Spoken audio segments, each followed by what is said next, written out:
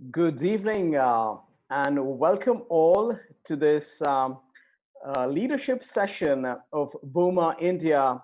It's a part of our leadership week through Boma Global. There are other countries that have been running these summits, and I'm absolutely delighted today to be amongst a group of panelists who actually need no introduction. Yet I'm going to be introducing them. And before I get there, a little bit about Boma India and what is the essence of these summits. So Boma India is the country partner for Boma Global. We are actually a leadership organization, for the lack of any better word. We bring communities together. We bring experts, professionals, people who are achievers, accomplished a lot. We get them on a platform to have meaningful discussions more about the future, and with an intention, of course, with an intention to act. It's a platform where people collaborate, and we are very early in our journey. It's going to be a long journey for Boma per se. We are on a mission here. Now, this is the second of the summit weeks. We ran one a couple of weeks ago, which was on innovation, and that was more about the future. How is technology, how is breakthroughs and entrepreneurship going to take us forward now as we come out or start coming out of this pandemic and all the damage and the collateral damage that was done. But today, this session is rather close to my heart. The reason it's close to my heart is because it's on leadership. I've been working with tens and tens of leaders for the past 15 years, very senior leaders, CEOs, founders, spanning various geographies. I work with them as a confidant, as a coach, and help them pivot. And I am very intimate in one sense with those leaders. And I understand the challenges of leadership. I understand the aspirations of these leaders. Yeah. So to be talking to the esteemed panelists here, which I'm going to now introduce, is absolutely heartening. And we are looking forward to pearls of wisdom from each one of the panelists here. We are looking forward to your experiences as you would share them in its raw form. And then we would trigger some conversations. Our aim here is for the audience to learn, to feel inspired, especially in such uncertain times.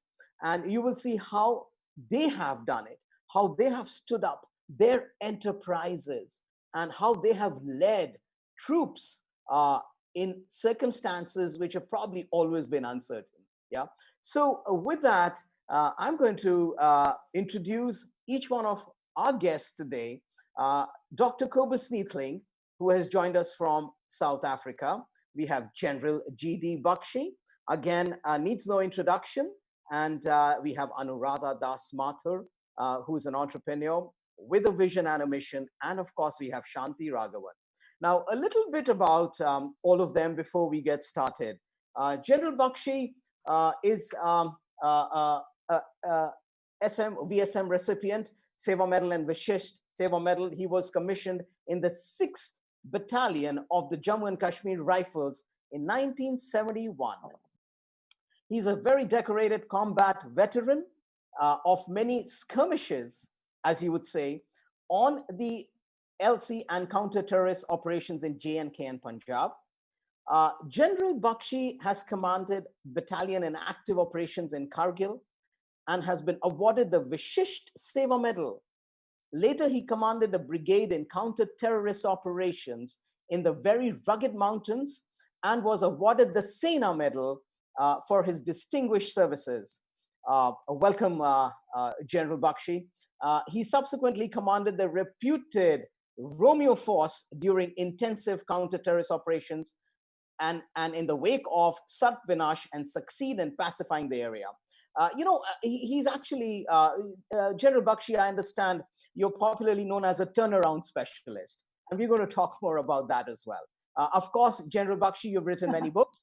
And some of those books, the leading ones, are Afghanistan, the first fault line war, war in the 21st century, and Indian art of war. Thank you for being here, General Bakshi.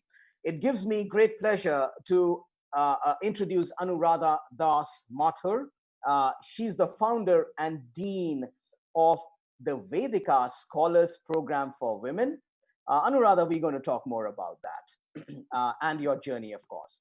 Anuradha also is the founder director of 9.9 Media Company. She's a senior advisor, Albright Stonebridge Group, and founder director of Samarth, an elder care services company. She's a Yale World Fellow and among 100 women achievers identified by the Government of India. Awesome. Thank you, Anuradha, for being on this show. Anuradha is deeply committed to bringing more women into the workplace and ensuring their dignity through financial independence. And I think, Anuradha, that's the whole essence and mission for the Vedika Scholars Program, right? And Anuradha also holds a degree from Lady Sri Ram and an MA in economics from Cambridge University. And thank you, Anuradha. With us, we have Dr. Kobus Neethling. Again, Dr. Kobus Neethling needs no introduction. World-renowned and a winning and internationally renowned leader in the field of whole brain thinking. Whole brain thinking piques everyone's curiosity. You know, people obviously feel, hey, I thought we use our whole brain, but Kobus Neethling has discovered and unpacked the whole mystery behind leveraging whole brain with tons of research and a very scientific frame of mind. He's written well over 80 books, 9 television series, and he has worked with some of the top leaders and political leaders, sportsmen, corporate leaders in pivoting them, in helping them leverage their brains for creating the results that they want to create. So Dr. Kobus Neethling, welcome once again. And of course, we have Shanti Raghavan. Shanti, I'm absolutely delighted to introduce you. Shanti and I met very, very recently. And Shanti is the founder and managing trustee of Enable India. We will talk more about it, of course. It's a nonprofit organization established in 1999. Enable India is a pioneering international award-winning organization. I think you'll work livelihoods of across 14 disabilities, as I understand. Yes. And you've impacted 220,000 stakeholders in their work. And I guess you are also working with other countries now. You have had your reach in Mauritius, Sweden, Ethiopia, what have you. Brilliant. Of course, Shanti has been recognized as the Indian Social Entrepreneur of the year 2019 from the World Economic Forum and Business Today Most Powerful Women. Wow, Shanti, I am absolutely delighted to be having you on this and probably for everyone to really know more about your work. She's also received numerous awards, including National Award for President Pratibha Patil in 2010, Global Amazing Indian from President Pranab Mukherjee in 2012, and many other such awards. Prior to Enable India, Shanti also has a corporate stint, and I think you worked with AT&T, Bell Labs, and GE Aircraft Engines. So there you go. What we have today is a whole lot of experience, wisdom, intelligence. Now, I would like to get started. How we're going to run this is, for the sake of the audience, we're going to speak with each one of our esteemed panelists. We're going to ask them a set of questions. And we are also open to get a lot of questions. We already have some questions. By the way, all of the panelists who are here with me, we have received a lot of questions from people via email. We will be also asking those questions. We'll be putting forth those questions as we go. Yeah. So I'd like to start with General Bakshi, if I may.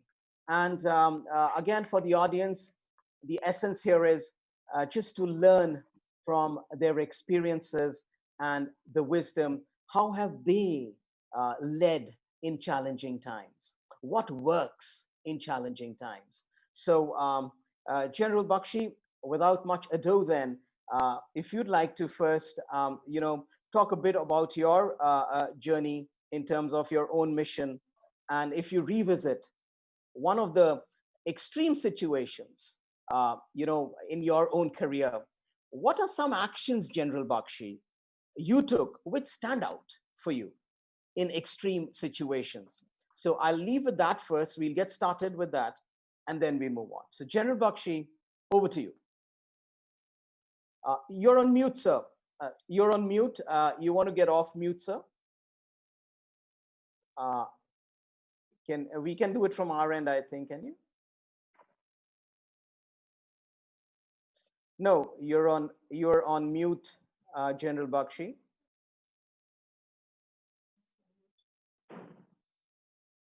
So you just have to unmute. No worries. So there is an unmute. There will be an unmute thing. You just have to work with the unmute button. I'm sorry for this.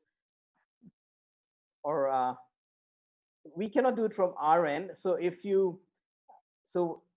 we can guide you. So if you look at the bottom of your screen, sir, there will be a microphone. If you see a microphone, yes, that's it. Got it. That's it. Yeah, sorry about that. You see, war is the province of uncertainty. Nothing goes as per plan, and there is a lot of ambiguity, uncertainty, etc.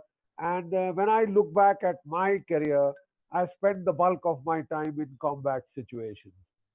Starting with, I led my company in counter-terrorist operations in Punjab. Then I led my battalion in skirmishes on the line of control with Pakistan as a colonel. And then when I became a brigadier, I was given my toughest assignment. That was counter-terrorist operations in Kishtwar. Now, you see, the ambiguity level in counter-terrorist, counter-insurgency operations is always, at the far higher than it is in regular operations, simply because the enemy is not wearing a uniform. The enemy is not wearing a uniform. He is, merged with the population. And when you go for him, you do not know how much force to use, how much, who is who, you know and suddenly you find you get shot at, your boys get killed. Then of course they sometimes, they lose their cool, there are retaliations, then there are consequences, then there is the human rights outcry, and at the end of it your boys are so harassed that they tell you, Saab, and just to quote in the vernacular, I will translate it for my foreign friends, Saab, na maru to kyun nahi mara, मारू तो क्यों मारा, अब आप बताओ मैं करूं तो करूं क्या, what do you want me to do when I kill, why have you killed, when I don't kill, why aren't you killing, so there is a lot of tension and there is a lot of ambiguity. And the area that I was serving was made even more complex, the situation, because 60% were of course Muslim, and 40% were the minority community. So what we did was we said, okay, let me try and induce some clarity here. I asked my boys, uh, firstly, be nice to the people, be nasty to the terrorist. Central credo, central dictum. Be nice to the people, be nasty to the terrorists. And in that, we started going rather not for the rank and file, but for the top command and control structure of the terrorists, right? And we started eliminating the top leaders. We had eliminated about 30, 40 of them, gave a real setback to the terrorist situation in that area. When, they retaliated, and you know how? They started going to the villages of the minority community and just started shooting people at random, massacring the innocent women, children, unarmed, people. And it happened in one village, they killed 5. Then it happened in the next village, they killed 8. And then finally, there is a village called Gulabgarh, one of the biggest villages in the remote areas, they killed 13. Old people, 75, 70, women, children, little babies, more or less. I mean, they slaughtered 13 of them, right? And then their exodus started from that area. Now there was hell to pay. The entire hierarchy mounted on me. What the hell are you doing? Brigadier Bakshi, I was then a one-star general. So I said, what the hell is going on? What are you doing? Uh, Now, in my area, I had 11,000 square kilometers of the most rugged mountain terrain, right? And I had about 3,000 troops. Even if I put one soldier per kilometer, two-thirds of my area would be uncovered. If I go and defend this village, he would attack the other. I go defend there, he would hit somewhere else. So the point was, we decided, okay, we cannot defend every village. So what we will do is, we will go for those who are killing these minority people, right? So I reached that Gulabgarh village with a very strong force, and I asked the people, we want to know who did it. So then, they ultimately they cuffed up the names. It is so and so, so and so, so and so, Abu Mustafa, Abu Ghulam, Abu Umair. I said, just convey a message from my side. Now you run. You go wherever you want to. The Indian Army will hunt for you very, very specifically. To hell with the rest of the terrorists. You have slaughtered women and children. You have, disobeyed the Allah who says that in a jihad, spare the lives of the women, children, old, and the infirm. Right? And we went specifically for this group. Information came. Ultimately, after a month of chase, we surrounded them in a clearing in a dense forest. When we tried to attack, there was no cover because they were in the center of a clear field, and we lost a lot of men. So then ultimately, I ordered my battalion commander, who had personally gone to for this very crucial operation, use a flamethrower, and we set that alight, right? At the end of it, we found their charred bodies absolutely unrecognizable. That's a thermobaric weapon, and it produces 1,000 degrees centigrade. So we photographed that and we showed it in all the villages where the massacres had taken place. Believe you me, that was the last massacre. I'm talking of September 2001. There was not one single massacre after that. The message went home, and all the minority people who had migrated, who had fled from that place, they came back. They came back. You So, see, so this is how you deal with an uncertain situation, ambiguous situation. Impose order. so, sir, this is we will also speak with everyone what their views are, but I can easily draw a parallel from your story in today's environment of this unprecedented and this pandemic called COVID-19. Now, I heard that you said while there were terrorism all over, you focused where there was the maximum destruction happening, you focused on that. You in your leadership, and you were in command. So you go, you know what, you made a decision. End of the day, you made a decision. And that's what leaders do. So if we draw a parallel, and if we take this COVID-19, then to deal with it, what would be leadership? Go for areas where there is widespread. And you could probably forget the rest for the time being and put all your focus on these areas That's right. and That's eradicate it, get it out of the right. way. And That's right. that's not happening. That's the You kind know, of leadership which is not happening. While the platform is about leadership, I think I that's the parallel I could draw. That your terrorist was COVID-19, was that terrorist causing mass destruction and all over, but you actually focused in one area where it was maximum. And I guess so. What are some values and beliefs there? How do you make such decisions? look, the simple fact is, firstly, the leader has to have the overall vision. He has to lay down the grand strategy, if you will, for that particular situation. Is my priority to save lives? Is my priority to resume the economy? In the United States, they gave priority to the economy. In India, the leadership decided, no, our first priority is to save life. Every life matters. But then you see the province of the uncertain. Very few had catered for the migrant labor, and that suddenly came as a spoiler to the entire plans.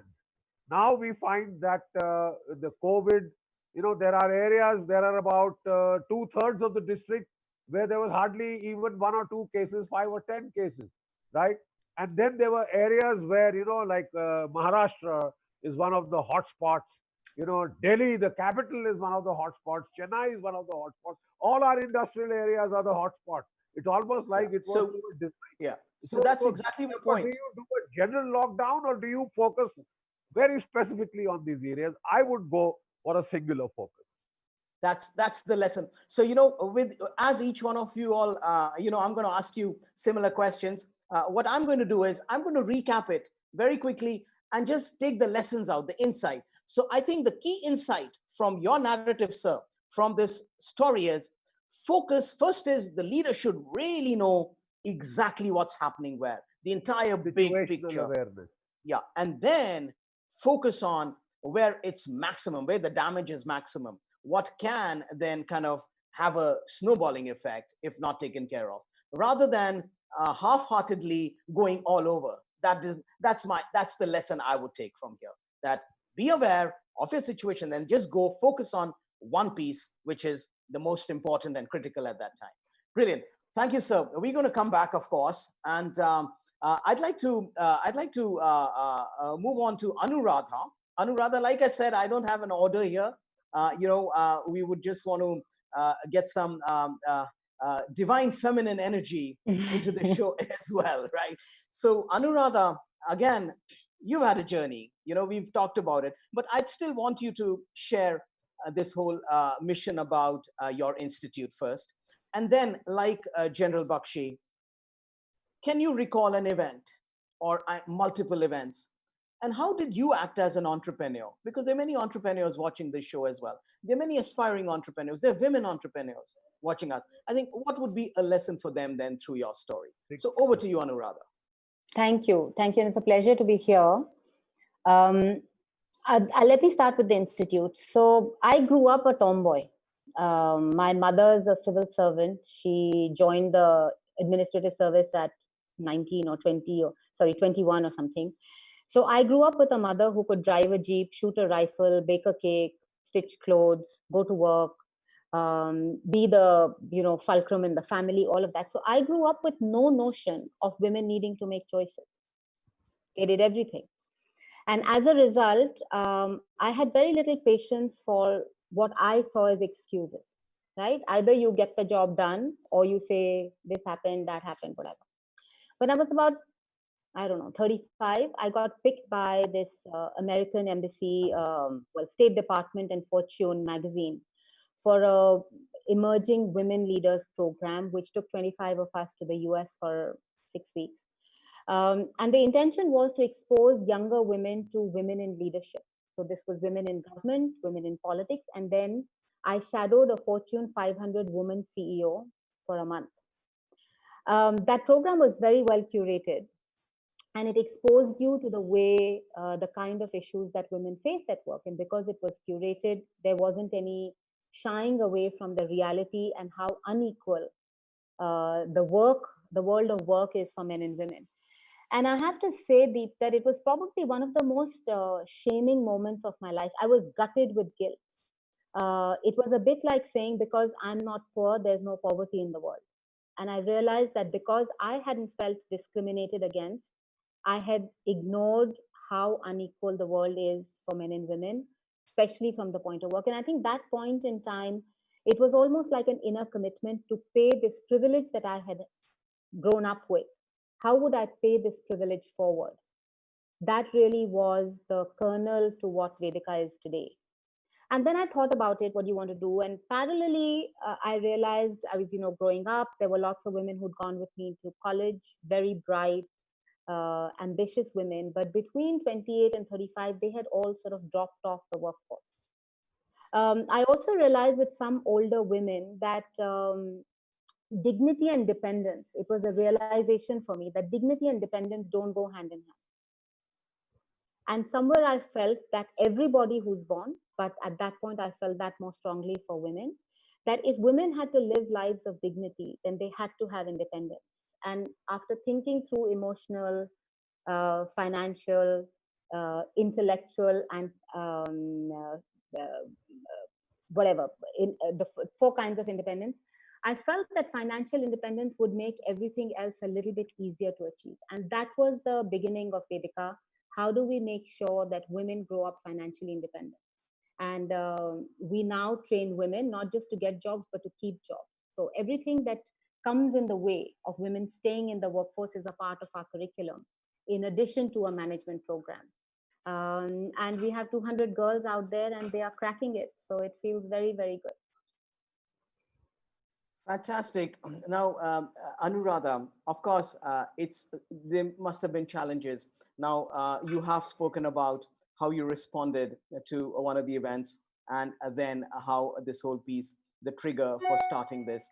Now, if there was one or two values you believe as an entrepreneur and as a leader, what would those one or two values be that really not just stood you apart, yet enabled you to just continue to pivot and continue to level up as you progress? What would those couple of values be for Yeah, you? I'm going to tell you one. I want to start with, especially when everybody talks about uncertainty and what's going on. I really do want to share that I draw all my inspiration from nature. And there is a certain endurance, the fact that the sun shines irrespective. COVID, no COVID, tsunami, no tsunami, the sun rises every morning, the flowers bloom, the ocean comes to the shore and goes away. And I think at least all of my resilience, all of my courage and conviction comes from the fact that irrespective of what's going on around you, there are some things that are on course, and the sun will rise the next morning. So I think there is a certain there's just a certain resilience, a certain foundation to the way I operate. um, I think I don't want to mention one occasion, and I do different things. So what works in one area is in a tactical sense may not work in the other, but I think the foundations are the same. So when we set up our media company, we set it up in 2008, and within 3 months of us having acquired another company, the Lehman disaster happened. Yeah. Right now, we had all quit our full-time jobs. We'd set up this new company, and there was huge uncertainty looming ahead. We didn't know where things would go. And I remember at that time, everybody around us was actually firing their staff, very much like what's going on right now. And I think, like General Bakshi said, as a individual or as a leader, you decide what's important to you. We decided as partners that we would not fire anybody. Now, the option there was, everybody collectively, we started with the directors of the firm saying, you know what, we're not going to take salaries right now. And you lead by example. So I think empathy and trust have been absolutely central to everything that we have done or I have done in the last many years. And when we didn't take salaries, it became easier for us to ask our senior staff to take some cuts so that the junior people didn't have to be laid off. So everyone who had the staying power, everybody gives up some for many people to benefit, as opposed to others staying on like nothing changed. And then there is a large number that is devastated and out on the streets. So that's what we did.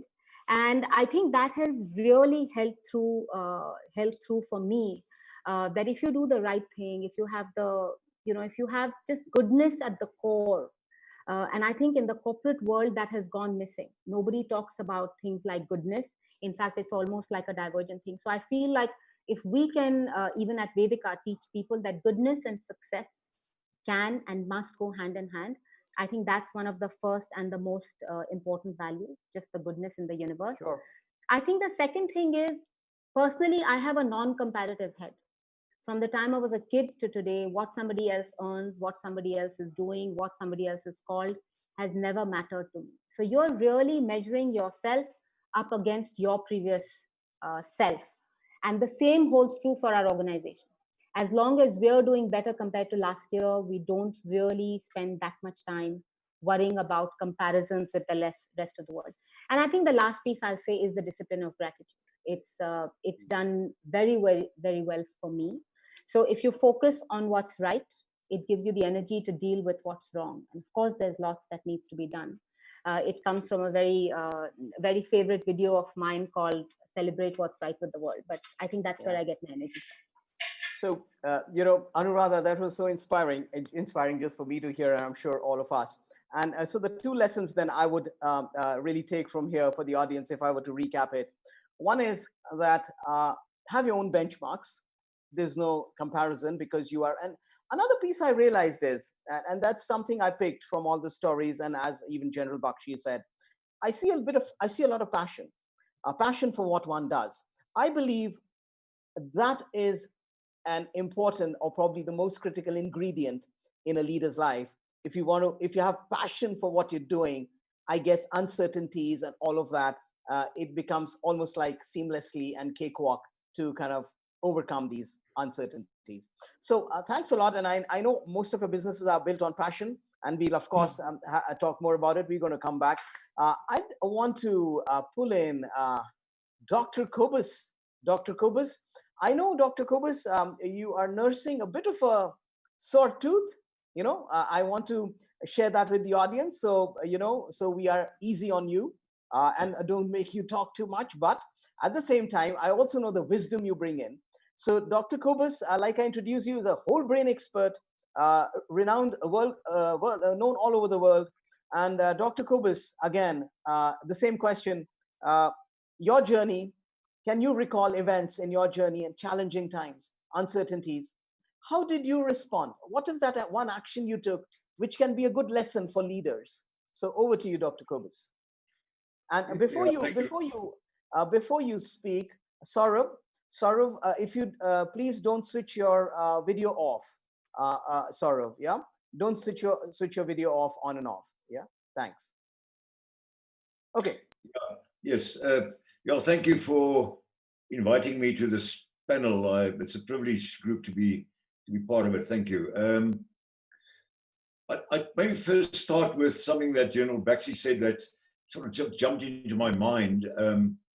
Coming from the world of creativity, that's my area of specialization, and then I moved to the whole brain because the two are integrated. Is that two of my most prominent mentors, people that were world famous, Paul Torrance, regarded as the founding father of modern creativity, and Sidney Barnes, who was the co-creator of creative problem solving, worked with Osborne, the founding father of brainstorming. So he was giants in the field of creativity. It's privileged that Torrance was my mentor for about 20 years, and Barnes more than 17 years until he died. Either two of us traveled all over the world and presented programs on creativity. But they both said something that General Bakshi just jumped into my mind, that don't start with any solutions, don't start with ideas, don't spend money, if you don't understand what is the essence of your problem. First find out what is the essence, what is really the core of the problem, and then you can start applying ideas and money and whatever you do. And so that was critical. So in the science of creativity, that is a vital thing to remember. And in everything that we do, because often we waste time. We spend time and money in anything on something that eventually doesn't work, be it in business or sport or whatever the case may be. Let me just maybe go back before I get to the essence of your question. I grew up in a family, looking back, where I think my mother represented the left brain of the family. Caring, wonderful woman, but she was the person with discipline. There was order, it was neatness, time was important. My father, total opposite. He was a brilliant sportsman, but he was unorthodox. He did strange things all the time. I always like to tell the story when we sat down for dinner at night. My father would get up and do 3 somersaults, and then he would sit down again. Or he would do a handstand on the chair, or he would take a cup and then we would start throwing it to one another around the table. And I actually thought that, most families probably were doing that, but I was wrong. But what that did to me, it is, in a sense, says that here you have the left brain, there's the anchoring on the one side, but on this side, you probe the edges, and they're both important. And that, I think, was the start of understanding the whole brain and so on. So for 7 years, what I did, I studied as part of my research first at Cape Town University, and then I went to the United States to the University of Georgia.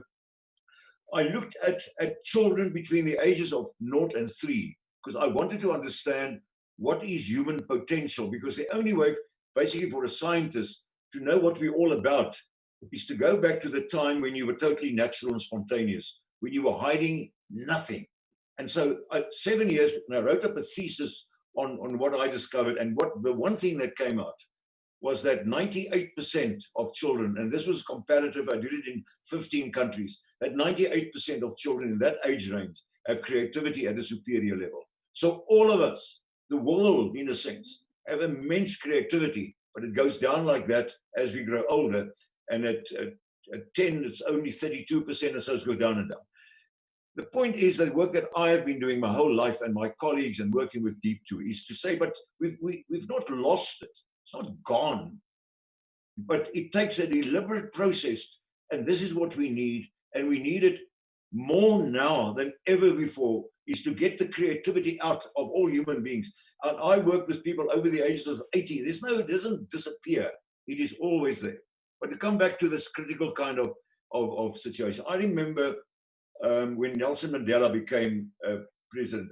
Before then, I had this wonderful opportunity to work with a lot of groups in that in-between years, breakaway weekends on creativity with leaders that became leaders later on. They were even at my house, people who came, Mbeki became president of South Africa.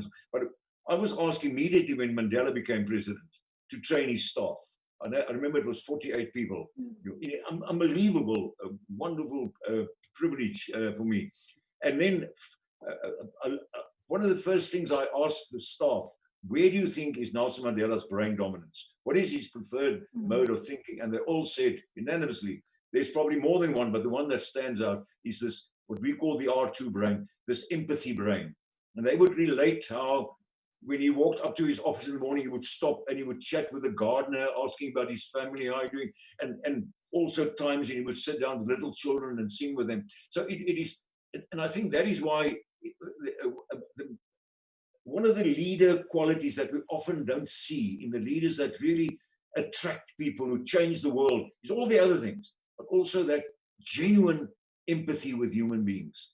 And I think in the world that we're in, we don't see it often enough. I think, well, Nelson Mandela, he had this amazing empathy, even with his people who his opponents, enemies in a certain kind of way. He had that, and I think this is what you attract people. That's the teacher you remember.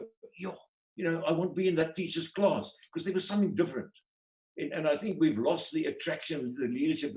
And if you look at world leaders, and I'm not specifically thinking of the United States, there's no empathy. There's nothing, and there is no attraction. So that stands out. And then another experience I had with F.W. de Klerk, and I got to know him kind of well actually. I hosted a TV program for 3 years called Creativity. Actually, it was an evening at 9 o'clock in the evening. He was my guest after both of Nelson Mandela and de Klerk received the Nobel Peace Prize. And after that, I had him on the show, and I asked him, what do you think is your number one quality as a leader? And he said, without a doubt, it's courage. Because to have done what he has done, when the whole world will say, what do you, and his own followers will say, what are you doing? Millions of people. He knew, and then I remembered Paul Torrance's words, that creative people can perform miracles, but they are always in danger of crucifixion. That to me is the gigantic leader, that sometimes that you're doing the right thing, but you will be crucified, but that's fine. I think gigantic, wonderful leaders have always done that throughout the ages. And so because of that, I actually wrote a TV series called The Courage to Shake Hands with Tomorrow, like 24 hours. And then I looked at different kinds of courage, because I believe that leaders need to understand the different nuances of courage, sometimes moral courage. Like Torrance said, sometimes when you get up, you look around you, you're a minority of one, but you must be okay with that. Or you're the courage to, what we call with social courage, sometimes, to interact with people. And so there's actually 24 kinds of different courage. So that sort of me stands out in the leadership, in gigantic leaders, great leaders that have come across my way. And yeah. Thanks. I'm tired. My jaw's moving like this now, like this after all. That was, and of course, passion. Deep, sorry. Can I just come in? You're absolutely right about passion, and you would know that with our brain instruments, that you determine passion, because Jacqueline Wonder, a friend of mine in the United States, wrote the book, The Forever Mind, where she focused on people between the ages of 80 and 105, I think. Some of them were absolutely amazing people. And that she asked the question, what are their qualities? And like what stood out in them is that they never lost their passion. So they never lost their energy. And they're always more healthier than other people because this passion that gets them going. So you're absolutely right. Passion is also a critical ingredient. Yeah. So thanks so much, Dr. Kobus. And each one of us, as we're listening to each other, we are nodding our heads. We seem to be in sync. I totally hear you. I could see General Bakshi when you talked of courage, and that's that passion, courage, and Anuradha, and of course we are going to come to Shanti very soon. Shanti's got some amazing stories. She's doing some very big work, and then I have some questions. There's some questions coming in. I'm going to shoot those questions off, but we also have some questions. I'll take the audience questions after we have spoken with Shanti. Shanti is, has a lot to share as well. And then we will kind of open up. I'd want to come back to Anuradha, General Bakshi, of course. And then as we discuss more about passion, courage, which I think for me, I engage a lot with the corporate. We engage so much with the corporate. And the one thing, I'll be very honest, I know this program is streamed live. Many people are watching. But you know what? I have the courage to say that the one thing that's missing in the corporate leaders when they make decisions is courage and passion. They are so boxed, the way they lead their teams. And that's why there's no surprise that the teams are not inspired. They are not inspired. And I do believe, I assume Anuradha and of course, General Bakshi and Shanti might agree, because you came out of that corporate and you started your own stuff, and you know what the difference is in courage and entrepreneurship, and then just leading a bunch of people it's more managing and not leading, really. That's what is happening. So Shanti, over to you. Please tell us first your journey about Enable India a little more, and then that one or two events that came in your life, and what was your action, and what could others learn, and how could they be inspired through it? Over to you, Shanti. Thanks, Deep. I hope you can hear me clearly. Very clear, very loud. Okay. First of all, thank you for having the sign language interpreters, because this is inclusive, and therefore our persons with deafness are able to hear this, and in a different way. Enable India got started because of my brother. At the age of 15, I was in the US, and I came to know that he's growing blind. And interestingly, very often it happens that you don't accept this. For some reason, my husband and we did something interesting. We had an emotion, but it immediately converted into action. We just said, what are we going to do about it? That was it, period. And what we did was we did something very interesting. We called him over, and listen to this, we had fun. Not really expected, right?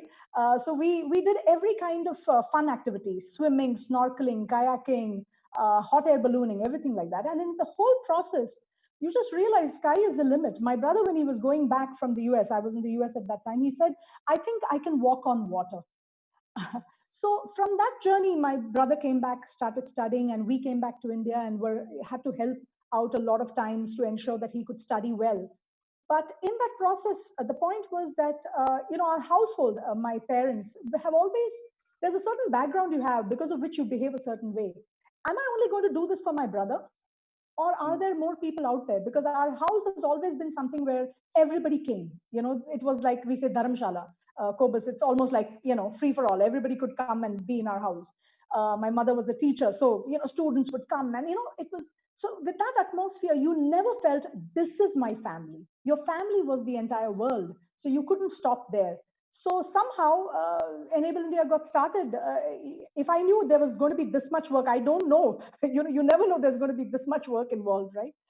So we registered Enable India, and that's where the journey started. And we started with vision impairment, and I was still working. But today, we are at 14 disabilities. So the journey has been actually almost every day has been the same way. I mean, it's resilience required every day, but I'll still share. Shanti, what are some of the disabilities, please, if you want to highlight? Sure. Absolutely. Persons with vision impairment, deaf, cerebral palsy, physical disability, muscular dystrophy, spinal cord injury, psychosocial disability, intellectual disability, autism spectrum disorder, learning disability. I can go on and on. I hope I'm not fast for the sign language interpreters. But yes, those are some of the disabilities. Yes. Yeah. So go on. Yeah. Yeah. So, I really want to come to Kobus's point. The journey of Enable India has been a journey of going within, because I'll tell empathy in a little different way. I use the word IC-MENU, ICY space MEENU. When you repeat it again and again, IC-MENU, IC-MENU, I see me in you. Yeah, I'm not different from you. So when I look at the person with disability, I'm like, what's the difference? Oh my God, I have this inability. Oh, this person can't see. Some inability. I have this ability. Oh my God, just look at this ability. Oh my God, this person can fly. Oh my God. So you just couldn't see a difference. And that's the starting point. So you really understood that the real problem for somebody else was that they couldn't see that. And more importantly, so maybe they were not accepting their own inability. So it's nothing to do with the person with disability. Second is, I don't think they saw the journey that that person with disability had, like my brother.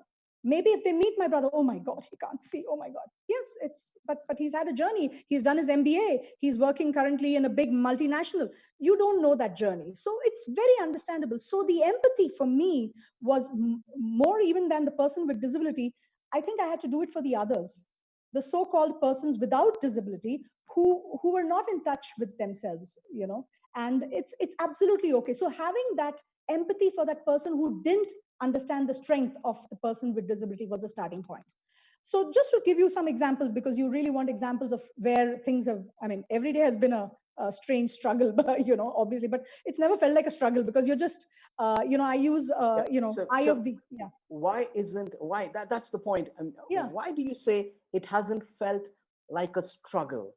What is that magic sauce? It's very simple. I think you have success and failure, right? You think success is like, what is success? You did A, and therefore you now are doing B. And then after B, you get to C. So you think you're growing. Okay, now what is failure? You did A, you failed at it, you did A again. So at the end of the day, if you look at it at the core of it, you're doing action. And if after some time, when you just start enjoying the action, nothing else matters, and you're just in that journey. So what is the difference between success and failure? So that's the reason. So every time, go ahead, please. Shanti, I know I'm interrupting, but there are points here for the audience, for all of us, because when we have a conversation, it's important to unpack these points, what each one of us is bringing. My point here was, is it then to do with when people get a little transactional, that's when they feel the pain, and when it's more transformational from within, and when I look at the corporate, it's a lot transactional, and people can get bogged down and they go below the line, as Kobus would talk more about it. They get a little underconfident, demoralized, because it's too transactional. Yes. And again, we come to passion finally. Yes. All right, go on, Shanti. I just wanted to highlight these points for the audience because we have some questions. I'm going to take it forward. No, I'm going to take it forward because, so when you take a particular situation which has gone, everything has been difficult, I suppose, but didn't feel that way. So in 2008, and Anuradha, it's a similar thing, right? Wall Street crash and, everywhere globally, there were problems. So till that point, the journey had been, there were very few NGOs working on placing persons with disability in the corporate India, so we had a business case, we were able to show value of a person with disability, find solutions. So suddenly every type of disability started coming. And I just knew my brother. That's my qualification, right? So in 2008, when all this happens, we were already working with around 80 companies. And it crashes. Now, what do? Every day, parents are walking in, candidates are walking in, and they have hope on their faces. And already they're being told, you just go to Enable India. You're going to be, you're set for life. And that's not true. You've got to do a lot of work in the companies. So that's where General Bakshi's point comes. What do you focus on? There's so many things. And that time, by the way, I had a team of 5. Today, we have 100 people in our team. So with 5, what are you going to do? You can have tremendous number of excuses. Right? But at the end of the day, the focus was, what do I need? I need to get jobs. I need to focus on the company. So if I went only to 80 before, maybe now I need to go to 160 or 200 companies. Like Anuradha said, I get my motivation from nature. Look at the olive Ridley turtle. It doesn't say, I went 2,000 miles to this one beach, laid 200 eggs, and only 2 survived. No, it's not talking like that, right? You know, it's just doing that. If you, so the way to reverse it is, if you want to lay, my dear, if you want 2 eggs to survive or 1 egg to survive, you got to go 2,000 miles and you got to go to a beach far away. So we consider our work as evolutionary. Human beings are evolving in disability. It's absolutely okay. So we, with that purpose in mind, your gorilla mind, you know, the gorilla mind looks at the vision, it looks at the purpose. And the monkey mind is looking at the short term. So it says, hey, I think you're going to fail. Things are going wrong. It's so difficult. So you're always going to have 2 minds. And if people can remember, you should never feel weakened by the monkey. It's a very sweet little thing. It's telling you what's your problem today. You know, oh my God, I know you. Yeah, I know it's really difficult. It's okay to acknowledge that. But is your gorilla mind winning? I always, General Bakshi, give the example of army folks. It's not that they want to go and die. Nobody is sitting and saying, I want to go and, oh yeah, you know, I just want to go and get killed. No, so that means their gorilla mind is always saying, I have to work for the country. Oh my God. And the gorilla always defeats the monkey. And the monkey mind is not negative. It's nothing like that. So these are the properties that during that recession year, we were able to do our placements on dot, but we had to reach out to more companies. And the important thing is how we do the journey. So your team is like, you know, sagging, and you're like, wow, awesome. This is going to be fun. Let's see. So that's where my eye of the tiger plays, which is, you know, bring it on. More problems, bring it on. You know, just bring it on and we'll take care of it. Awesome. Shanti, again, if I were to now bottom line, the first piece of our conversations, and we're going to segue, and now that we're warming up and there's some questions coming on to the next phase, or we go to pivot in one sense, actually. Now, if I were to sum it up, the 3-4 things that really surface here, 3-4 things that really are insightful. Courage, of course, we spoke about, but you know, where does courage come from? Kobus said, you know, not to be afraid of being a minority. Like, even if we take the current government or sometimes prime ministers, whoever it may be, they have to make certain decisions which may not be popular. But the point is, if a leader, now coming back to General Bakshi's point, if a leader knows the situation really well, only then can they really make that decision, even if it's not a popular decision. You just got to do that. And I think that's the substance then we talk about that leaders need to have as we go into the future. Courage, passion, and knowing what is happening, really knowing. To again, Kobus's point, literally falling in love with the problem, not the solution. Fall in love with the problem. Really understand what is happening. Don't take an action. And which is really missing again. You know, we hear so many times, like I said, I work with leaders, I work with these organizations. They make decisions at the spur, at the drop of a hat. And they, even if it's an intervention or they want to develop the people, but trust me, the return on investment is so low because they didn't care to understand what is really wrong, what is really happening with our people. And they continue to give these incentives, they give these, you know, rewards, and yet they fail to inspire people and make really effective people. Yeah, so General Bakshi, you had a point. Yes, so you know what it actually boils down to is that in the army, we say trust your gut judgment. And your gut judgment, as the psychologist friend would tell you know, is what? It is the sum total of your experience and your ability to do pattern recognition. I have seen this pattern before. You are able to impose a pattern on a mass of information that is being fed to you, chaotic. You know, the enemy is also doing deception, but you are able to impose a pattern on that problem, on that situation, and then you get that gut judgment, which is the sum total of all your experience, your intuition, and follow that gut judgment. Have the guts to follow your gut feel. You see, because what happens is that you get a gut feel, you go along with it, and then as you go further, your monkey mind now starts stepping in, giving you all sorts of doubts, all sorts of second thoughts.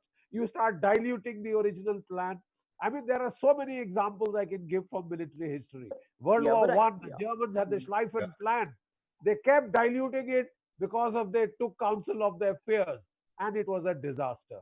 What was a wonderful plan turned out to be the So trust yeah, your gut judgment. yeah. Act, So don't yeah, react. yeah. The only way I believe with the current set of leaders that we have, the only way that can happen is if you don't fall in love with just being right, and you don't just want to be loved and liked. People are obsessed with being liked rather than actually making that decision courageous for the broader good, for the larger good, looking at the long term. These are very short term decisions people get into. That's why I brought this point of transactional. People get very transactional, hence they're not able to make really remarkable decisions because they get too transactional. Anyways, now, I have a few questions coming on. Let me take the first question. This is from Brinda Pancholi. Hi, Brinda. Thanks for being on this program. The question is, leaders may be resilient themselves, but how can they create a culture of resilience in the organizations they lead? So that's the first part of the question. I'll stay with that. Leaders may be resilient themselves. How do they create a culture of resilience in others? Each one can give your perspective. Whoever likes to go first, just, don't show me your finger, sorry, just raise your hand, metaphorically speaking. All right. So yeah, who'd like to go first? I'll take all perspectives on this. So are you clear with the question, my dear panelists? Okay. I could go first if nobody's. Sure, yeah, because okay. I want everyone's perspective on this question, so we get multiple perspectives. Yeah. So you, whatever you embody, have you been able to communicate to others? So first of all, I'm always so at Enable India, Deepesh, my husband, and I, we're always transparent about what is going on with us. Today my monkey mind is feeling this way. So it's not always about showing that, yeah, I have all the answers. No, you're like, your monkey mind, yeah, this is what I'm feeling today. And this is, this is the purpose. So when you have the purpose, it starts from there. So you're already walking the talk of what resilience is all about. And then, for example, at Enable India, you saw these words, right? I see Meenu, monkey, gorilla. You've externalized them into tools which make it easy. Because otherwise it's your ego saying, what, I'm very resilient. I can't tell you what my team, I can't, oh God, what do I do with them? So have you done things by which it's easy for others to adopt? And I think the singular big thing in that is if you're saying success and failure is, there's nothing much there, are you allowing your folks to actually understand that? Can they actually do something and learn and say, oh my God, oops, and learn from that? I don't necessarily say that can happen in a battlefield, but you know what I mean? It is about, allowing the person to learn from their own mistakes and what's a mistake really? It's about a course correction maybe, Sure. So are you treating yourself differently and your team differently? But I think it's also the joy with which you do everything. It is because when the teacher comes, and who's the teacher? The challenge. You're like, awesome, yeah, let's go for it. And when you're going to be that way, everybody's just going to have a ball. And you can come to our organization. Everybody says there's a different vibe. I never understood it, but I can kind of get it now because everybody is, bouncing and thinking of how to get this done. So I think that's how it starts. Okay, that's how you would inspire others, create that culture of resilience. Absolutely. Okay. General Bakshi, you wanted to say? One of the things that we say that when you want to empower your organization, you give it the freedom to fail. Look, you take that risk, and in the German army, they used to say that you took a damn bold risk and it didn't work out. They would still back you up because your heart was in the right place. But that mule that refuses to budge, that oversafe player, then you created an organization of mules. We want stallions who will go charge. You take that risk, take that plunge. And how will that happen? How will you enculture that organization? Give it the freedom to fail. I take the flak. For everything that goes wrong, I am responsible. But my subordinates, we have an organization that is enabled. They are enabled to take risks on the battlefield. They're not going to look over their shoulder for orders at every third movement they get stuck. I have given them the freedom to fail as long as your heart is in the right place. I've said this is called the Auftragstaktik, the mission type orders. This is where I want you to get to. How you get there, I'm not interested. You want to take the right flank, left Yeah. flank, you want to go straight, you want to bounce And that river, you want to and blunt. back it up, and they will back you up. Leaders just back you up. Absolutely. They won't let you down. They won't Yeah, they're let you just down. brilliant. So again, if I were to just sum up what both of you said, it's about a backing. Just give them the freedom, take that, go for it, and that builds resilience. Because I think most people have the resilience. They're afraid of criticism or that loss, and that's again where it gets transactional. And I will share a story where we were doing an innovation lab, and how this organization actually gave so much freedom to these innovators in their organization, gave money, but we'll come to that later. Kobus and Anuradha. Kobus, could I have your views on that question? You want me to repeat the question? While people are resilient, the leaders are resilient themselves, but how can they create a culture of resilience in the organization that they lead? So what would be your perspective? Of course, amplifying what General Bakshi and Shanti said. I agree with that as well. Yeah, there are kind of many ideas that that come to mind at the moment, and for me, the point of departure is in a sort of what is your science? If your science is very sort of much anchored in creative mindset, for instance, then it's exactly that you. Let me give you an example. My mentor, Paul Torrance, for instance, was dyslexic, who could never drive a car. So I felt always privileged that I could drive him around, this giant of a man, this unbelievable person.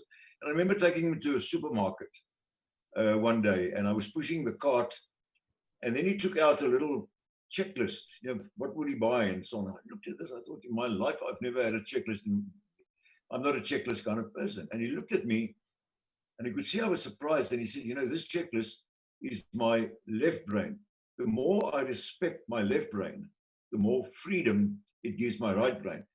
Coming back to what General Bakshi said, it's exactly, you first have to respect your left brain.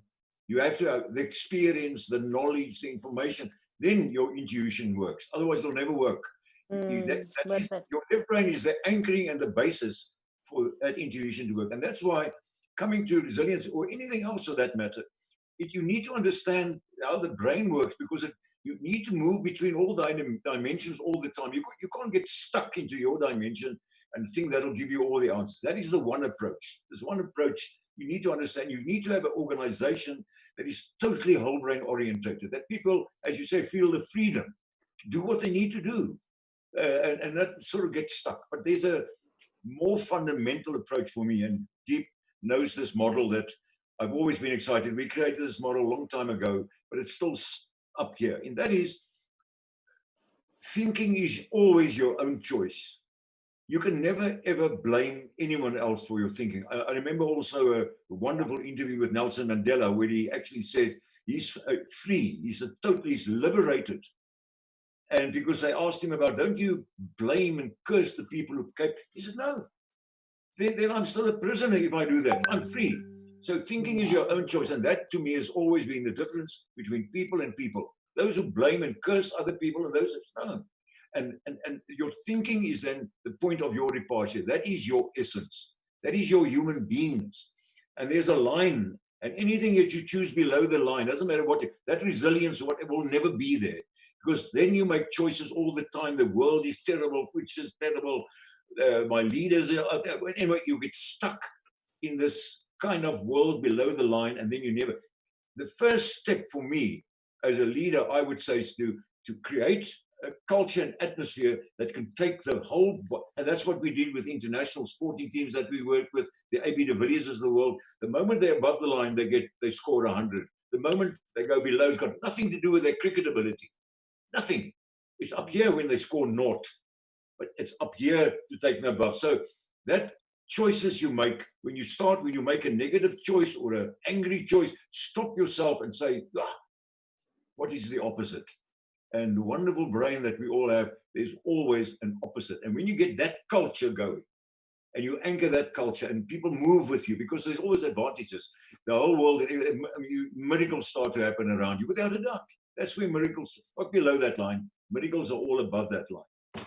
I wish I had like 4 hours to talk about this, because this is what, Of course, this is what human that's beingness is all about. This is what human beingness to absolutely, me. you know, that's the wealth in this group today. That's the wealth we all are bringing. And I agree with you when you say 4 hours. We could talk days and days, Yeah, because days we are on doing this, so much work with organization on whole brain, and the effect and the impact has been remarkable when we really enable people to navigate their quadrants, which is a science in itself, yet it's one of the most simplest sciences I learned. And of course, you know, Kobus has been my mentor. He's been a mentor to I don't know how many tens and hundreds of people. So fantastic. Anuradha, what would be your views very quickly, and then Yes. we'll get on to the next The part. next, yeah. So I think, you know, everybody said many things. I'll just add to those what I think. I think the first thing is that if you have your eye on the mission, right, which is the long term, that is not, there is no question of it not leading to resilience, because you aren't dealing with the short term. So if you're moving towards the long term, it almost automatically takes people on this journey that's a longer term journey. I think the important thing, especially in uncertain times, to do is assurances. You know, if it's a, I can take a micro example, like a colleague who is worried about what will happen if they don't perform. And if you can just assure a person that, listen, your job is going nowhere, let's just try and Yes. solve the problem, it works wonders. So I think assuring people at a time like this that, listen, the resilience comes because nobody is saying, oh, if we don't meet our number this quarter, the organization will shut, or I will lose my job, or whatever. I mean, that's the stuff that leads to the lack of resilience. And I think in an overall sense, it really does boil down to creating respectful, safe spaces for people to be themselves and, you know, move towards the larger purpose that all of us are together for. So I would just add those two. Thank you very much. And I'm sure the person who asked this question, there are a number of other questions coming up. I'm sure the person who's asked this question has gone back, I don't know with how many perspectives and great insights. The one thing that comes up for me is, while we are saying that leaders would want to back you up, leaders would want to have a good idea of the situation, use their left brain and then use their intuition. We're saying all of that. You know, the one thing that comes to my mind, and again, that comes from a very good place because I engage so closely with many leaders today, or aspiring leaders, or those who believe they're leaders. The one thing that's missing is many of those leaders are not inspired themselves. They're not inspired themselves. Then how would they inspire others? Is the question I always ask. And that's why we come back to passion, vision, having a mission, you know, again, not transactional. The more we continue to be transactional day to day, you cannot lead, inspire, or create anything remarkable. And that's just, you know, a thought that always surfaces for me. Now, Yeah, I'd Deep, like sorry, to. can I say something? Because this has been a wonderful hour for me too. You know, eventually there's a separation between leaders who do the doing versus the being. And you are only going to attract and change the world, and people are going to believe you and follow you if it's in your being. There are too many leaders that they say things, but that's not who they are, and people can see it straight right through them. And there's this movement from you, and then eventually it's in your being. I mean, that's the journey, to me, the ultimate journey. Thank you. Can I Absolutely. also, you know, Deepak, if you have the time, I'll just quickly add. Sir, You know, there's sir, a very we are not short on time. Please go ahead. all right, all right. You know, there's a very famous example cited from the First World War. The German army was advancing onto the river Seine. There was the Yeah. leading company commander, a very senior chap, you see, with his second lieutenant. And they had their task to secure the home bank of the Seine River because they were sure the bridge would have been blown. When they reached that home bank, they found the bridge was intact. The French had, you know, failed to blow up that bridge till then. So the lieutenant said, Her Robust, you know, Major, can I go across and I'll seize the other bank? We'll take the bridge intact. So the major told him, look, kid, these are my orders. I'm to secure the home bank. What if I let you go and they blow the bridge while you are crossing? I'm sorry. I'm going to obey my orders. My orders are to secure the home bank. Do you know that major was court-martialed by the German army? And you know what the Kaiser wrote in his court-martial document? He says, the Kaiser didn't make you a major so that you would not know when not to obey orders. You got me? This is the freedom to fail. Yeah. You got an opportunity, go for it. Resilience, that is what is resilience in an organization. As per plan, they didn't hope that that bridge would be intact, but that bridge was intact. Now, how do you react? Your written orders are secure the home bank. You go for it, man, take it. You got an opportunity, further my higher commander's intent. So that, I think, is one of the examples from the military. Illustrates it very well. Thank you so much for sharing. Like I said, you all come with so many stories and so much experience, and that's exactly what we want to do here. We want to get insights from these stories. We want to get the pearls from these stories. And thanks for sharing that, General. Now, we have another question. I also have some questions, but let me take the audience question first. It says, so this is Nayantara Janardhan. Nayantara, thank you very much for asking this question. My question is, how do you deal with the aftermath? The war seems easier in a sense. So I want to bring this whole discussion even to the current context. So how do you deal with the aftermath? Let's say it's COVID-19. It is still spiking. It is still in its prime. Let's face it. There is an aftermath. We all know there is an aftermath. There will be a point of a little lull. There will be a point that it's still kind of the eye of the storm as we speak. We're still in the eye. There will be a point where things will start mellowing down, start subsiding. There would have been destruction. There would have been personal destruction, organizational level destruction, and country level destruction. Now, the question here is, how does a leader deal with the aftermath? So I'll open it again. Feel free to give your insights and respond to this question. Let me link to what I said about, to me, it starts with the thinking choices that you make. There's no, to me, other place to start. And for the whole world, it has been a tough and a very difficult time. But again, you still have the choice how to deal with that time. And you can allow this crisis to overwhelm you. And then what happens in your brain, in a sense, changes to, you become a problem thinker, and you see the aftermath as a big, big problem. And you're stuck in the problem. There's no place for creativity and innovation. There's just no place. We've seen this, and Deep knows that we've 95% of people who also suffer from stress cannot be cured by medication, because it comes from a kind of distorted thinking that you choose that causes stress. So what we've done in our research, we've discovered like 10 manifestations, 10 kinds of distortions that can cause the stress. The moment you can pinpoint your distortion, you can heal. Because you need to heal, otherwise you stay in this problem mode, and for the next 100 years, this world will be a problem. You've got to get out of it. The number one distortion is exaggeration, which means that you make the situation much more important and overwhelming than what it really is.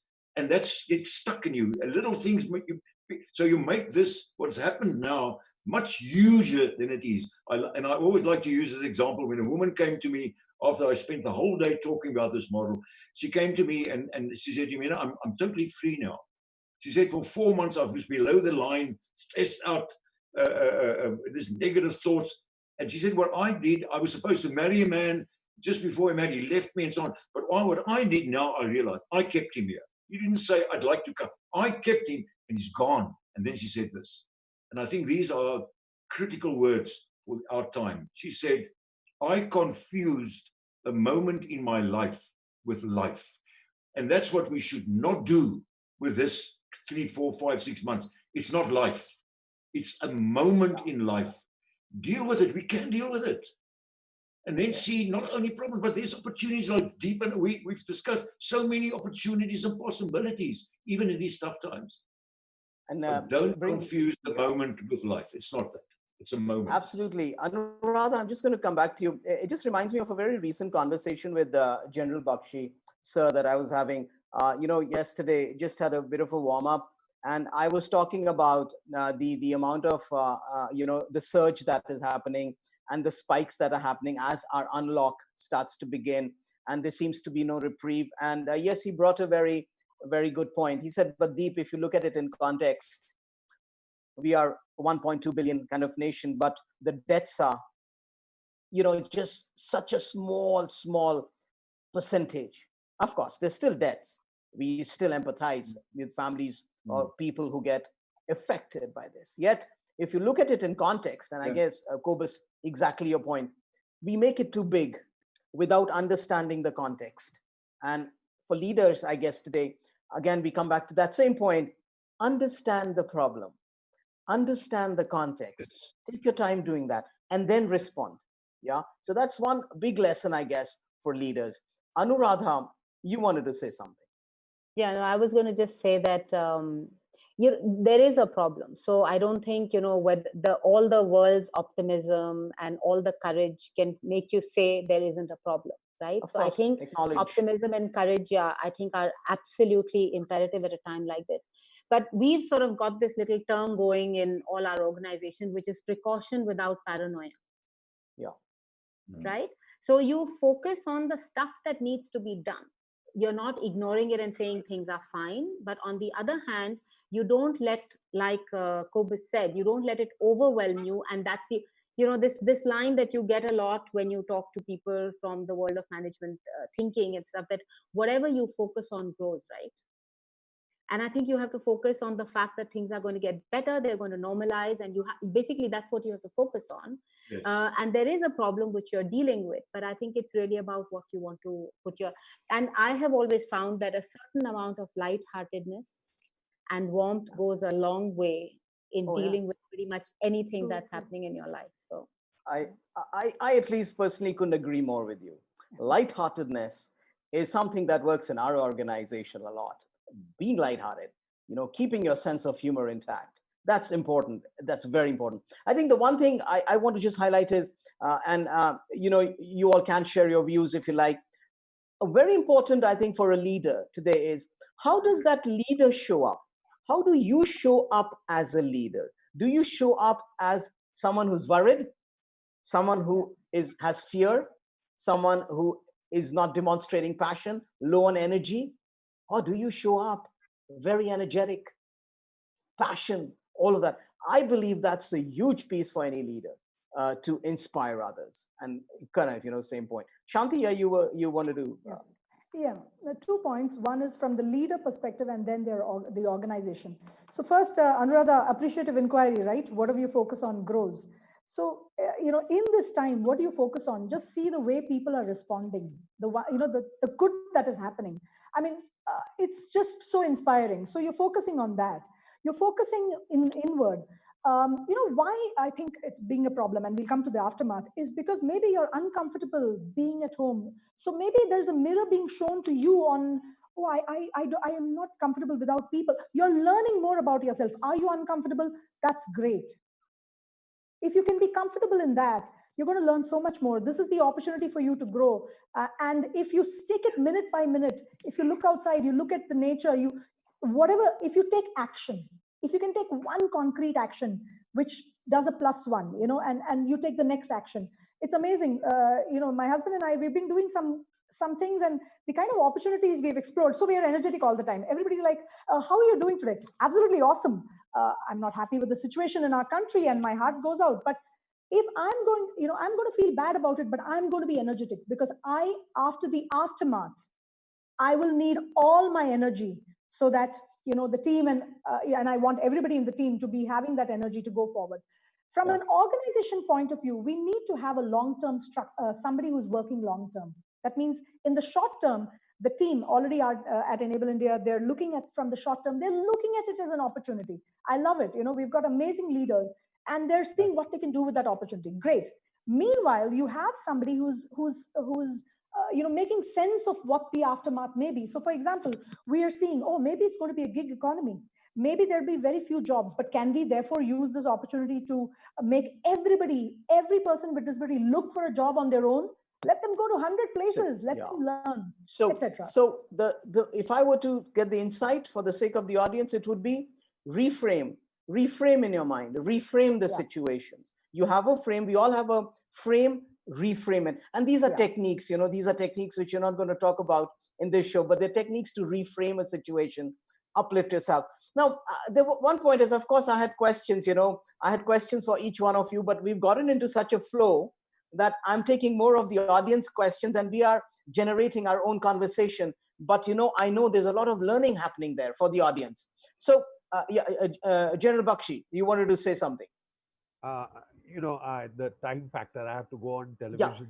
We are wrapping it up. Sorry. We are a little over time. We're a little over time, so we're wrapping it up. So very, very quickly, I want to hear from each one of you, and that'll give a lot of sense again to the audience. You could go in any order. You could just raise your hand. What was the trigger, and what inspired you to do what you are doing? I just want that. What was that inspiration to do whatever your own journey? General Bakshi, since you are also short on time, I'll go with you first. Well, in my case, I'll be just blunt and straightforward.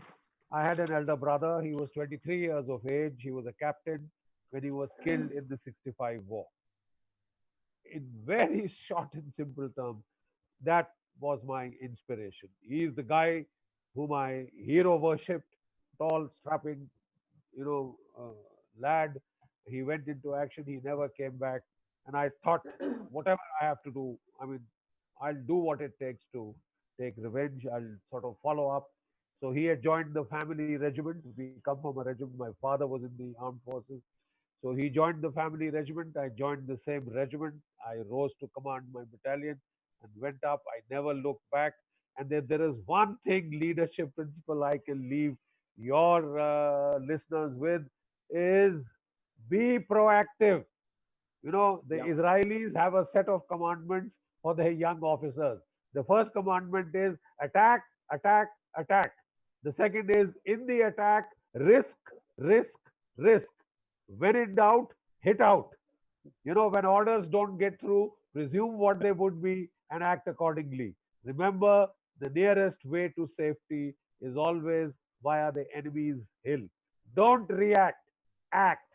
Make the opposition react. You see, and always preempt situation. Impose your plan on the enemy's plan. I think that is the essence of military leadership, being proactive, proactive. So thank you so much, General Bakshi. I think I want to draw a parallel right there. When you say be proactive, then today is that time of what the world is experiencing, not to be reactive to the COVID-19 pandemic. Be proactive. Please preempt. And I do feel, I'll be very honest, leaders are a little short over there. They are not preempting. Even the migrant issue, not just our country, other countries, they are not preempting. And I guess that's a big lesson, General Bakshi, you touched upon. A big one, preempt it and be proactive. That's actually a big one. And I know you are out of time. So General Bakshi, I'll wrap it up with others, but thank you for, all the other panelists, please don't leave. General Bakshi, I think, has to go away. And thank you very much for being with us, General Bakshi. I am sure, not just us, all the audience, all the listeners, the viewers have really enjoyed your narrative and the stories and the examples and the insights. So thank you, General Bakshi. We will just continue a little longer and then wrap it up. Thank you.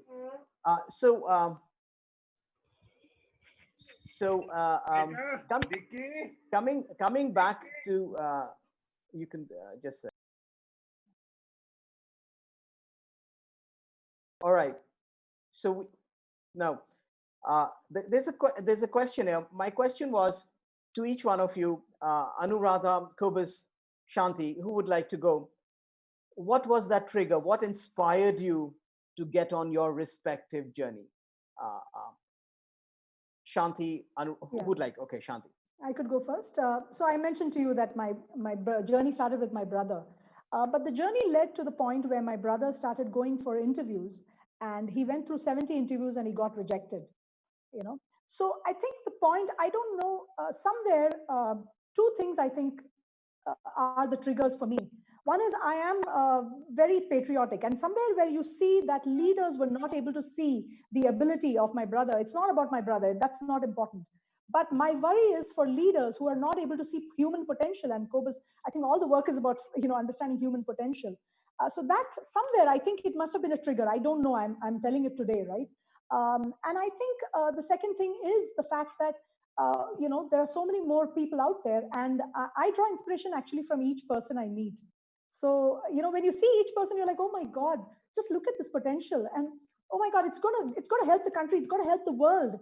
I mean, you can do so much more. So I think somewhere the inspiration for me comes from human beings, and seeing the leaders not being their full potential while interviewing my brother, I think has been a trigger without me knowing it. Thank you. Thanks very much. Kobus, Anuradha, who would like to? I'm easy. Yeah, I can go. It's sort of flies in the face of what people talk about in terms of passion. And I work with a lot of young people, and I feel like they get burdened with finding their passion when they're very young. And I think the world has two kinds of people: those who have one passion and they chase it, and then there are people like me who bring passion to everything we do. So whether I'm cooking a meal, or it's plants in my house, or it's the 3 or 4 different things I do, people think I'm passionate about each one of those things, and that's true. But that isn't my one passion. So I think that's the first distinction I want to draw between a passion and bringing passion to what you do. So there's no doubt that I bring passion. And the reason I do many things is that I think somewhere the credo in my life has been, whatever you touch, leave it better than you find it. And I think wherever that opportunity exists, I'm happy to put some of me there. So I don't know whether there are things in this world that I think aren't worth doing. I think everything is worth doing. I do a bunch of things right now, but it's because that's been the opportunity that's come my way. And I think one has the ability to make some difference and leave things better than we find. Thanks very much, Anuradha. I will, of course, get the insights for the audience from what you all are saying. I'd like to go to Kobus. Kobus, what was that inspiration for you to get on this whole journey of whole brain, 30 years research, all of that? Yeah, I think it probably happened in the years that I was doing this research on children and following their journeys, and to see what happens to this unbelievable inborn creativity and potential. And I saw that how early children were labeled as average or stupid and so on, and for reasons that their IQ scores were average or low, or they didn't get an A or so at school. And I knew this was absolute nonsense, that giftedness or achievement is much more than that. And I wrote the book on Am I Clever or Am I Stupid? It was actually based on this, on this phenomenon, this kind of thing that I felt. And I think that in a sense started the journey, because with Paul Torrance, because I kind of have a life before Paul Torrance and after that, when he opened up this whole creativity, and that there are different kinds of creativity, and you can be gifted in different kinds of creativities. There's not one pathway here, and that opened up. That was so inclusive, especially coming also from the continent where I come from. It's inclusive. It went sort of throwing people out, and I think that started the journey. And with Torrance, he had his little instruments, left, right brain, and with him we started to unpack it into 4 quadrants, later 8 I mentioned. But that was the journey. I think the journey was started with looking at children that believe that, and then they died that way eventually. You die the way that you think you use average, because you were told that when you're 9 or 10 years old. Yeah.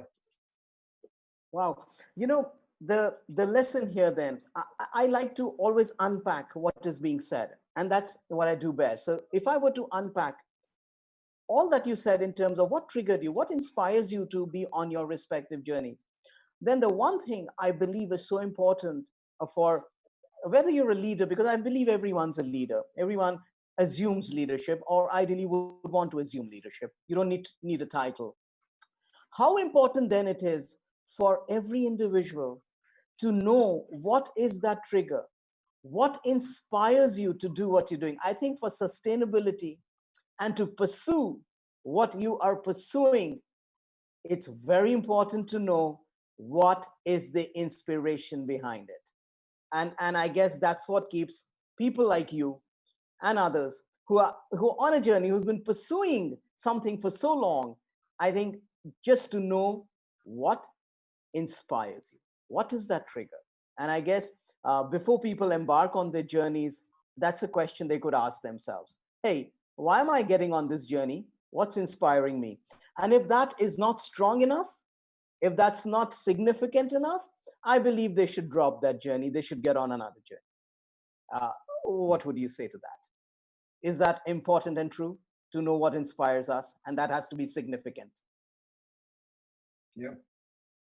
Yeah. So with that, though there are so many other questions, but we are out of time here. They are at least, there are tens of questions that are coming up. What we will do is, for the audience, we are going to respond to these questions. I'll be happy to shoot these questions to all the panelists, which I will. We will do that and we will respond to them. We have your email IDs. You could leave your email IDs on the chat, on live. We have many of you have written to us. We will respond via email. And can I take the liberty, Shanti, Kobus, Anuradha, to share these questions with you and get your responses? Absolutely. Yeah. Pleasure. Would love it. Would love it. So thank you very much. Any lessons or any comment or insight that you would like to share just before we leave? A minute each of you. What was that one thing you would like to you'd like the audience to probably focus on in their leadership journey from your own learning? So, Shanti. I just saw so many parallels and similarity between all the folks talking. You could see I was just, so I don't know, and I really nod my head a bit too much because I get so excited by that. So yeah, so I can't say anything other than, for me, it is really this, for me, every minute when this learning happens, that is inspiring. That is inspiring. Every single minute, if you're in this minute and you're in it, you're fully in it. Yeah, it's so much fun. So just being part of this, has enriched me a lot, and I'd love to answer those other questions. Yeah, so that's a great message then.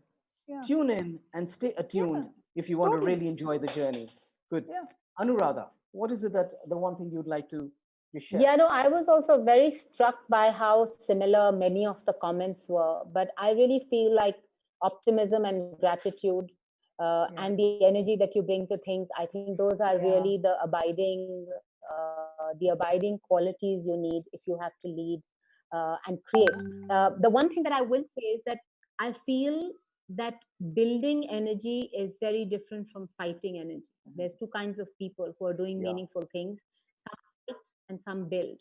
And I think it's important to know what gives you energy, because I think you can, depending on which part you belong to, the other one can drain you completely. Totally. So I think it's important to identify that and then find stuff to do in that box. But thank you. This is very well said. I love the distinction, building and fighting energy. Yes, there are these types of energy. Brilliant. Kobus, what's the last piece you'd like to leave the audience with? Would you like to leave them with a question or with a statement? I just leave it to you. Yeah, I think for me, is that we should keep on creating better futures for ourselves and the people around us. Wow. And to realize that we can all do that. Said. We should keep on doing that. Keep amazing. Create those better futures. Yeah. Keep thinking of a better future, creating. Yeah.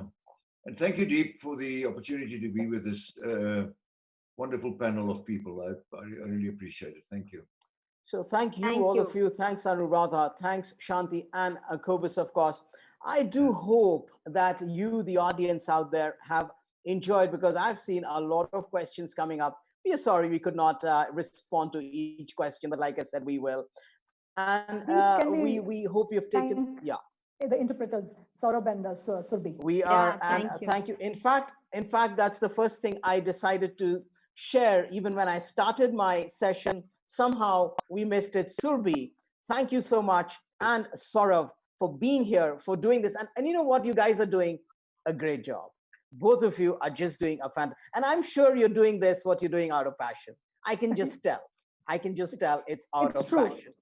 You would not, yeah, absolutely. This is what passion is, what passion does. So thank you with that. And thank you. I want to thank Pooja, my partner in Boma, India. I want to thank Rajiv.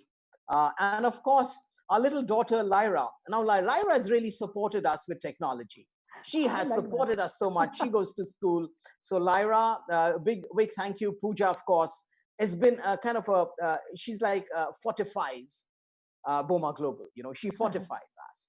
And Rajiv, of course, you know, I would say he's a playmaker. And thank you. They're not here, but they are right there supporting me in all of this. And we will continue to do this. We will continue to bring people together. We will continue to collaborate. And what we also do is, it's important that we just don't have a talk like this or a conversation. We'll be in touch with you, Shanti, Anuradha, Kobus, of course, we're in touch with.